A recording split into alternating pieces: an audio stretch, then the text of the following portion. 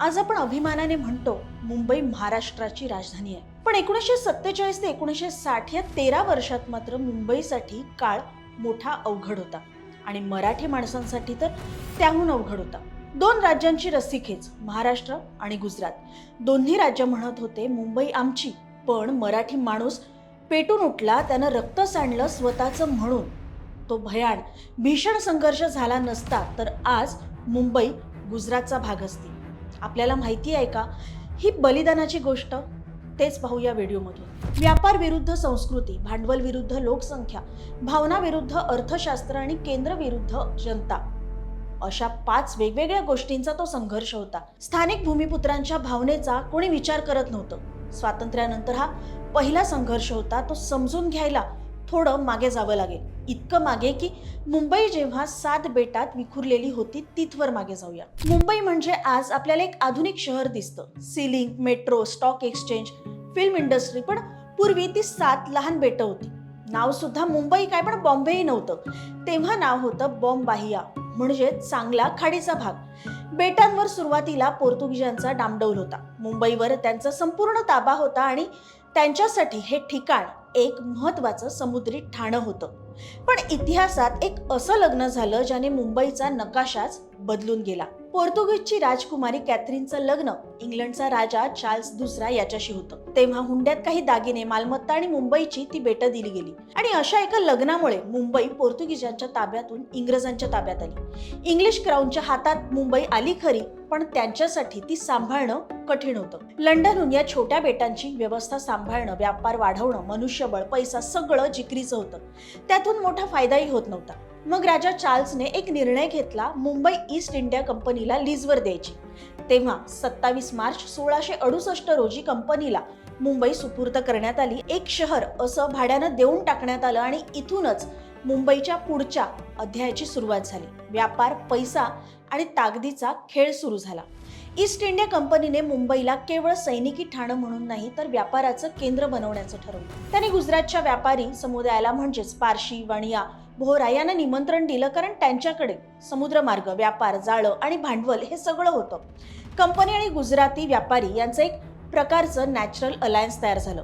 एकेकाळी या व्यापाराचं केंद्र सुरत होतं, पण मुंबई हळूहळू त्या जागी आली. समुद्री मार्ग, बंदरं, कच्चा माल, कामगार आणि व्यापारी हे सगळं मिळायला लागलं. गुजराती व्यापाऱ्यांनी इंग्रजांना आफ्रिका, दक्षिण आशियापर्यंत व्यापार विस्तारायला मदत केली आणि या नेटवर्कमुळे मुंबई भविष्यात भारताची आर्थिक राजधानी करण्याची बीजं पेरली गेली. म्हणजे मुंबईत भांडवल आणि व्यापार गुजरातकडून आला आणि मुंबईला कामगार वर्ग मिळाला, तो मराठवाडा, कोकण आणि विदर्भ आणि पश्चिम महाराष्ट्रातून. दुर्दैवाने या 2 गोष्टी आजही टिकून आहेत, गुजराती कॅपिटल आणि मराठी लेबर. पुढे 1857च्या बंडानंतर ब्रिटिश क्राऊनने सत्ता घेतली आणि पुढची काही वर्ष मुंबई प्रेसिडेन्सीचं रूप बदलत राहिलं. त्यात आजचे महाराष्ट्राचे भाग, गुजरातचे भाग, सिंध, उत्तर कर्नाटक आणि काही दूरचे प्रदेश असे सुद्धा होते. तेव्हा मुंबई म्हणजे आज आपण ओळखतो त्या मर्यादेपेक्षा खूप मोठं प्रशासनिक राज्य होतं. इथेच पुढे संघर्षाची बी पडली, कारण या प्रेसिडेन्सीत भाषा, धर्म, जात, व्यापार, जमीन हे सगळं मिसळलं जात होतं. त्यानंतर 1947ला भारत स्वतंत्र झाला आणि प्रश्न उभा राहिला, आता राज्य कशी करायची? मराठीत बोलणारे, गुजराती बोलणारे, सिंधी बोलणारे, कन्नड बोलणारे सगळे एका मोठ्या प्रशासनाखाली. तेव्हा एक मोठी चर्चा देशभर होती. भाषावर प्रांत रचनेची चर्चा सुरू झाली. पण नेहरू आणि पटेल या कल्पनेच्या विरोधात होते. त्यांना भीती होती की राष्ट्रभाषा, संघराज्य आणि राष्ट्रीय एकता यावर संकट येईल. पण महाराष्ट्रात मात्र भावना वेगळ्या होत्या. संयुक्त महाराष्ट्र हवा होता आणि राजधानी मुंबई हवी होती.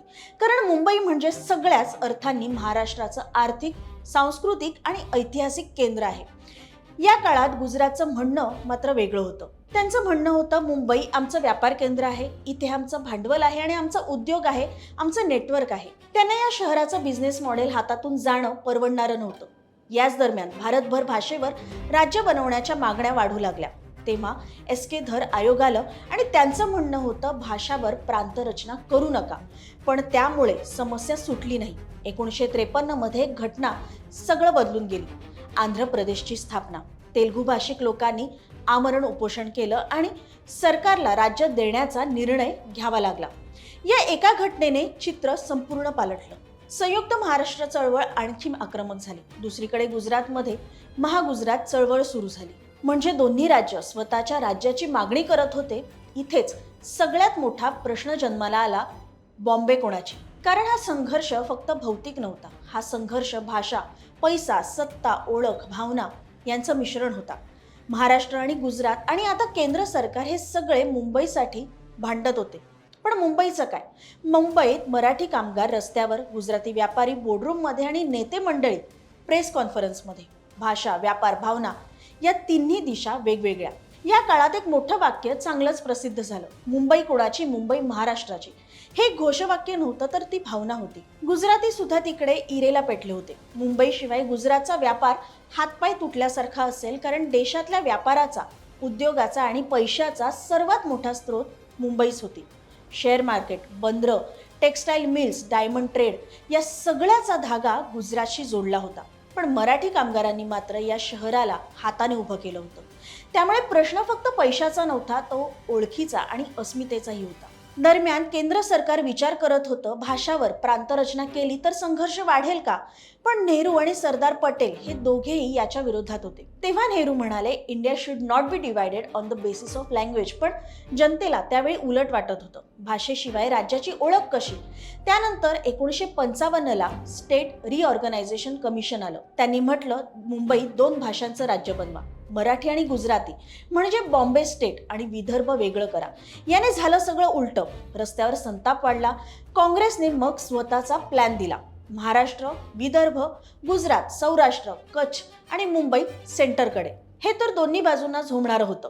पण गुजराती व्यापाऱ्यांनी विचार केला की केंद्राकडे मुंबई ठेवली तर व्यापार सिक्युअर होईल.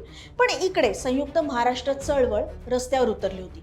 मोठमोठे मोर्चे, सभा, घोषणाबाजी. त्या काळच्या फोटोंमध्ये दिसत होतं की मिल वर्कर्स, विद्यार्थी, महिला, डॉक्टर्स, लेखक, पत्रकार, सगळ्या समाजाचं पाठबळ महाराष्ट्राला मिळालं होतं. वाद रस्त्यावर उतरला आणि 21 नोव्हेंबर 1955 रोजी मुंबईचं फ्लोरा फाउंटन म्हणजे आजचं हुतात्मा चौक आंदोलनाचं केंद्र बनलं.